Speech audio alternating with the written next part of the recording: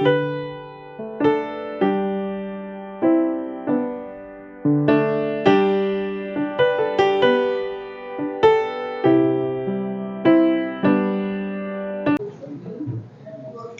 do Senhor, irmãos. Vou pedir para os irmãos abrirem em Lucas, capítulo 13, Evangelho de Lucas, capítulo 13. Ler do verso 1 até o verso 9. Vou fazer a leitura, vou pedir para os irmãos me acompanharem, tá bom? Como são poucos versos. Todo mundo abriu?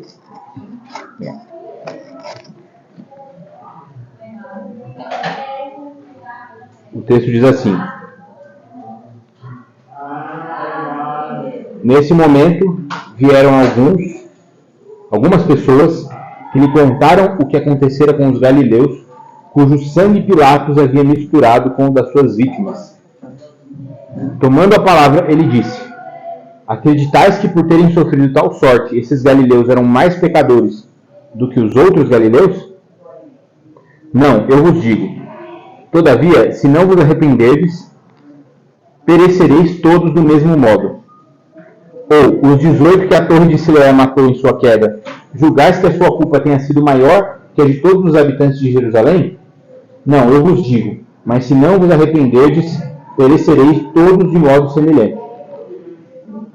Contou ainda essa parábola. Um homem tinha uma figueira plantada em sua vinha. Veio a ela procurar frutos, mas não encontrou. Então disse ao vinhateiro: há 3 anos que venho buscar frutos nessa figueira e não encontro. Corta, porque há de tornar a terra infrutífera. Ele, porém, respondeu: Senhor, deixa ainda esse ano para que cave ao redor e coloque adubo. Depois, talvez dê frutos.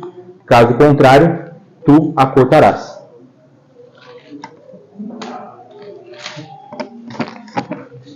Alguém pode fazer uma oração para a gente começar?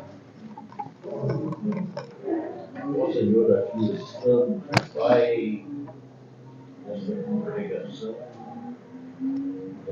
coluna digna e aprendendo da Tua palavra o que é necessário às nossas almas e espíritos. Pai, abençoa o professor e acaba de ler esse texto bíblico que é para as nossas vidas.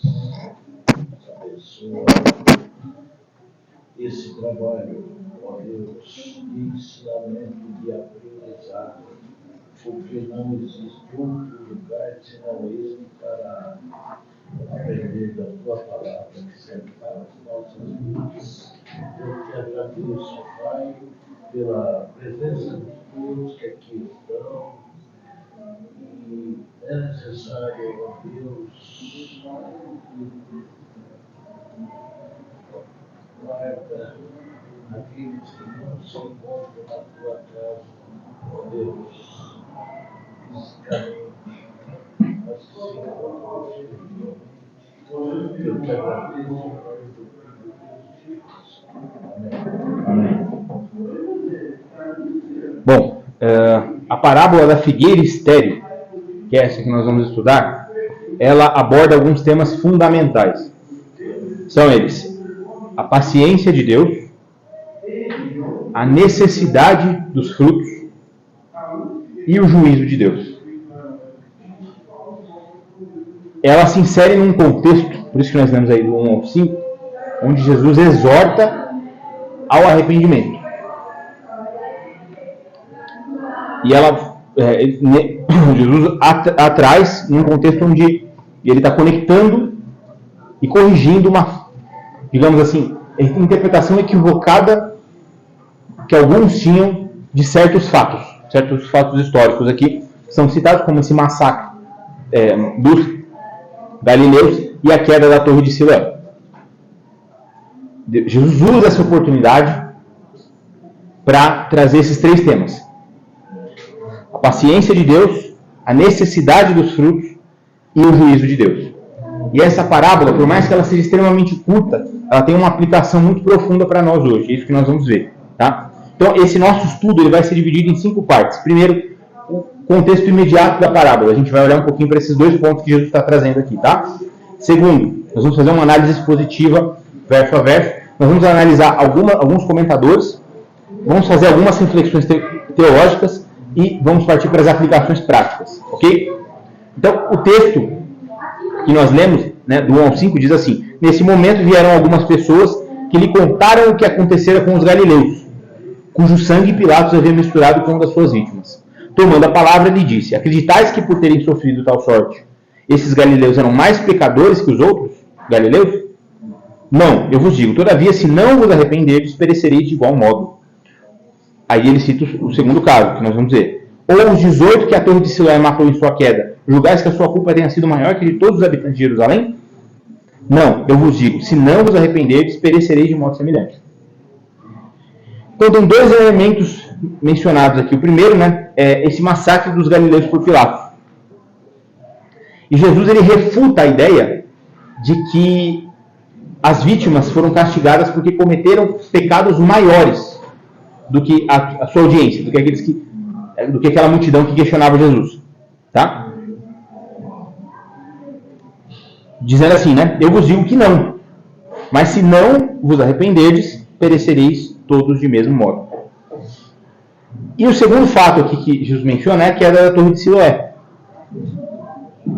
Que, no caso, olha só que interessante, é um mal causado, um mal não natural. Ou seja, Pilatos foi lá e cometeu uma atrocidade, né? E do outro lado nós temos um mal natural, que é uma queda, um acidente, pode ser comparado talvez a um terremoto, a uma catástrofe, das quais ninguém tem controle, correto?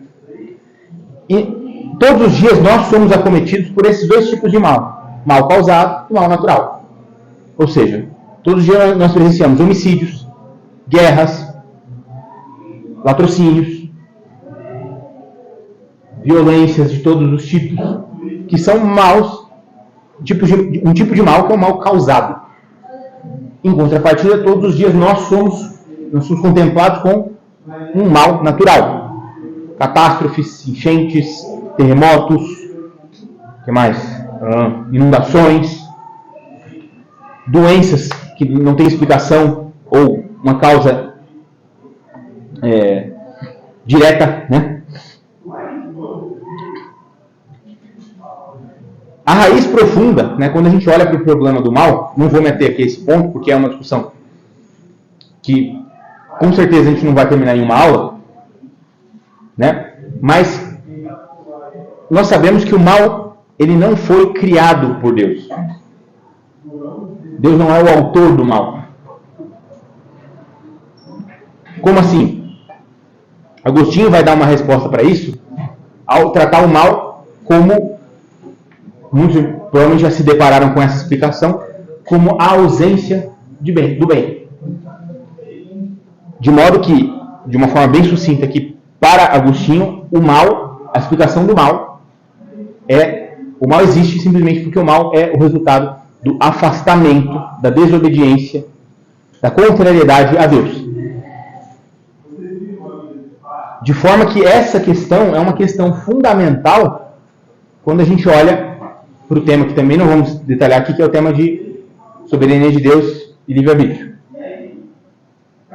Porém, uma forma, eu particularmente considero válida da gente compreender por que o mal existe, é olhar da perspectiva da liberdade do homem. O homem voluntariamente escolheu, desde a queda, e escolhe recusar a Deus. E essa recusa, como a gente vai ver lá em Romanos 1, ela tem impactos tanto individuais, na corrupção da natureza humana, quanto na criação como um todo. Porque Paulo vai dizer que toda a criação anseia por uma redenção. Que toda a criação, de certa forma, foi corrompida. Ou seja, é na desobediência que nós encontramos uma explicação para o problema do mal. É que, por sua vez, está ancorada na liberdade do homem. O homem escolhe voluntariamente recusar a Deus. E a essa recusa, nós damos o nome de mal. E esse mal, ele vai ter níveis. Porque é possível recusar parcialmente, totalmente, e por aí vai. Quanto mais distante. Vamos fazer uma analogia? Óbvio que, como qualquer analogia, ela é imperfeita em certo nível, mas vamos imaginar que o Sol seja Deus e o calor seja o bem. E a distância, o frio, por sua vez, ele não existe objetivamente. O frio, a gente sabe que conceitualmente ele nada mais é do que a ausência de calor. Faz sentido? Quanto mais distante do Sol eu estou, mais frio está. Assim é o mal. Quanto mais distante de Deus eu estou, maior é o mal. Quanto mais próximo de Deus eu estou, menor é o mal. Faz sentido? Deu para entender? Legal. Por que eu estou dando essa introdução? Porque o erro cometido aqui pela audiência de Jesus, muitas vezes, é o erro que nós cometemos quando nós interpretamos o mal no mundo. E nós achamos que muitas vezes o mal, ele é diretamente uma justiça pelo pecado imediato. Ou seja, se alguma coisa aconteceu, é porque aquela pessoa tinha pecado, é porque aquela nação tinha pecado, é porque aquele povo, aquele grupo, aquele bairro, aquela região. A questão aqui, e aí dá para fazer um paralelo com outro texto, que é quando Jesus cura um cego, que era cego de nascença. E os discípulos perguntam para Jesus, quem cometeu o pecado? Os pais? Ele? Então, qual é a resposta para o mal do mundo? A resposta para o mal do mundo é que nós não sabemos. Nós não podemos olhar para um pecado, para um problema, para algo mal, seja um mal natural ou um mal causado, e dizer ele pecou, ela pecou, os pais pecaram, fulano pecou, porque a realidade que Jesus nos aponta é a realidade de que todos pecaram, que é o que Paulo vai trazer lá em Romanos. Todos pecaram e destituídos estão da glória de Deus. Todos, sem exceção. Todos os seres humanos.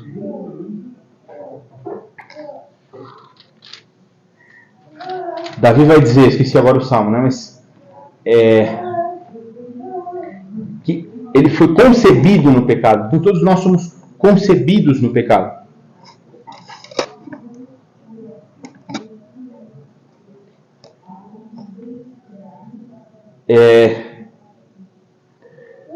Entendido isso, a gente parte então para a lição central desse texto, que é a de que o arrependimento é urgente.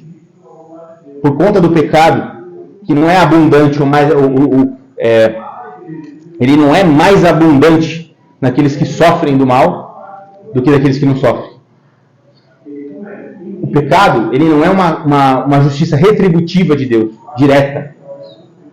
O mal, perdão. Não o pecado, o mal. Retributivo ao pecado. O mal que você está sofrendo, não necessariamente, ele é Deus trazendo para você uma condenação imediata pelos seus pecados. Agora, entretanto, todavia, Jesus traz um alerta muito grande, que é o de que aquela figueira que não dá fruto, ela vai ser cortada. Ela vai ser cortada. É como se Jesus estivesse dizendo aqui, você está vendo a torre que caiu em cima daqueles 18? Ela também vai cair na sua cabeça. Uma hora ou outra. É meio um pouco triste isso que eu vou falar agora, um pouco mórbido de certa forma, mas é interessante que nós, como cristãos, nós possamos contemplar a morte. Nós possamos nos lembrar todos os dias que nós, em algum momento, pode ser hoje, pode ser amanhã, pode ser daqui a 10 anos, pode ser daqui a 20 anos, pode ser daqui a 50 anos, nós não vamos estar aqui. Eu, você, todo mundo que está aqui nessa sala, a não ser que Jesus volte antes, vamos morrer. essa morte pode ser tranquila, pode não ser tranquila. Se é que existe morte tranquila, questão de perspectiva. A questão é, em algum momento todos nós vamos passar por isso. Todos nós vamos nos encontrar com o juiz. E nesse momento nós vamos prestar contas. Porque, olha só que interessante, né? Deixa eu pegar o texto aqui. Paulo vai dizer lá em Romanos 2, só um segundinho. Deixa eu achar esse texto.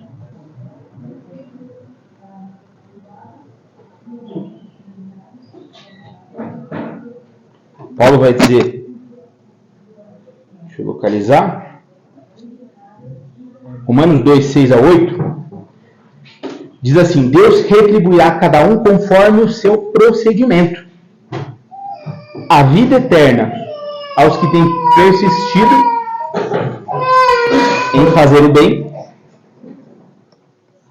buscam. Eu vou até abrir aqui na mesma versão. Romanos 2, do 6 a 8.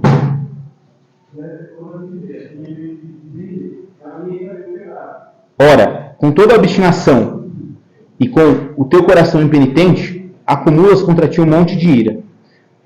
No dia da ira em que se revelará o justo julgamento de Deus, que retribuirá a cada um segundo as suas obras. A vida eterna para aqueles que pela constância no bem visam a glória, a honra e a incorruptibilidade, a ira e a indignação para os egoístas, rebeldes à verdade e submissos à injustiça. Tribulação e angústia para toda pessoa que pratica o mal, para o judeu em primeiro lugar, mas também para o grego. Ou seja, Paulo está dizendo aqui com uma certa clareza que Deus vai retribuir a cada um no momento devido, segundo o seu procedimento, segundo as suas obras, segundo aquilo que cada um fez ou deixou de fazer. Nós vemos isso também muito claro na parábola dos talentos.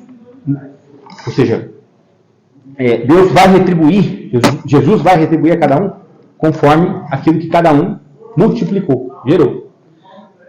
Só que aqui o texto de Romanos ele é até mais claro, porque ele fala de uma retribuição num aspecto positivo e no aspecto negativo. Ele fala tanto da salvação quanto da condenação. O verso 6, voltando agora para Lucas 13, diz assim: certo homem tinha uma figueira plantada em sua vinha. Foi procurar fruto nela e não achou. Quem é esse certo homem? Esse certo homem é Deus. Deus Pai, que espera frutos da humanidade, dos salvos, dos santos, do povo de Deus.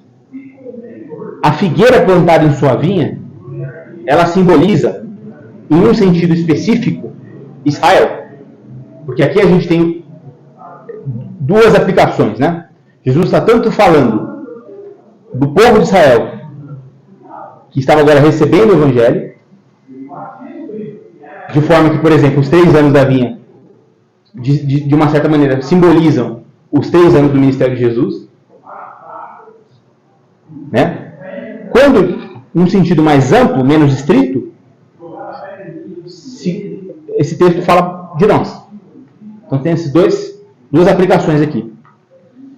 Não achou fruto. Essa esterilidade espiritual representa essa recusa em responder à graça de Deus. O verso 7 diz assim: eis que há 3 anos venho procurar fruto nessa figueira e não acho. Corta, porque ela ocupa inutilmente a terra. 3 anos simbolizam a paciência divina. Também, como eu falei, pode representar o ministério de Jesus e um determinado ciclo de tempo de maturidade espiritual. Por quê? É É como se a gente estivesse falando de alguém que está por ouvir o Evangelho, não é de hoje. Já faz um tempo. Não está falando de um neófito. Não está falando de alguém que acabou de conhecer. Acabou de ser pregado o Evangelho. Está falando de uma figueira que já estava lá, já estava plantada. Ela estava lá sentada, ela estava ouvindo a palavra. Ela estava recebendo a graça de Deus. Mas ela não respondia. Ela não dava fruto. Ela só recebia água, adubo. Mas nada acontecia com ela. E aí chega um momento onde o dono da vinha vai dizer assim, corta. Ou seja, o juízo, ele vai acontecer. E ele diz assim, essa figueira está ocupando inutilmente a terra. A gente sabe que a graça de Deus, ela é infinita. Mas aqui na parábola é como se ela estivesse sendo desperdiçada. Ou seja, por quê? Porque ela está sendo dada sem que ela possa gerar frutos espirituais. E se por um lado a graça de Deus é infinita, então, ora, não teria problema que esse desperdício, teoricamente, ele não existiria, né? Mas se por um lado a graça de Deus é infinita, Deus usa um instrumento finito. Deus usa um instrumento contingente. Deus usa um instrumento que está disponível temporalmente, que é a igreja. Somos nós. Ou seja, a graça de Deus é infinita, mas a palavra pregada não é infinita. Porque Deus alcança e opera a sua graça através de instrumentos que somos nós. O que eu estou querendo dizer aqui? Eu estou recebendo uma pregação hoje. Eu estou ouvindo a palavra de Deus hoje. Quando eu vou ter essa oportunidade novamente? Será que amanhã eu vou ter? Será que vai ter sempre alguém aqui para falar a mesma coisa para mim? Será que eu estou aproveitando essa, abre aspas, oportunidade? Será que eu estou correspondendo a Deus todas as vezes que Ele me chama através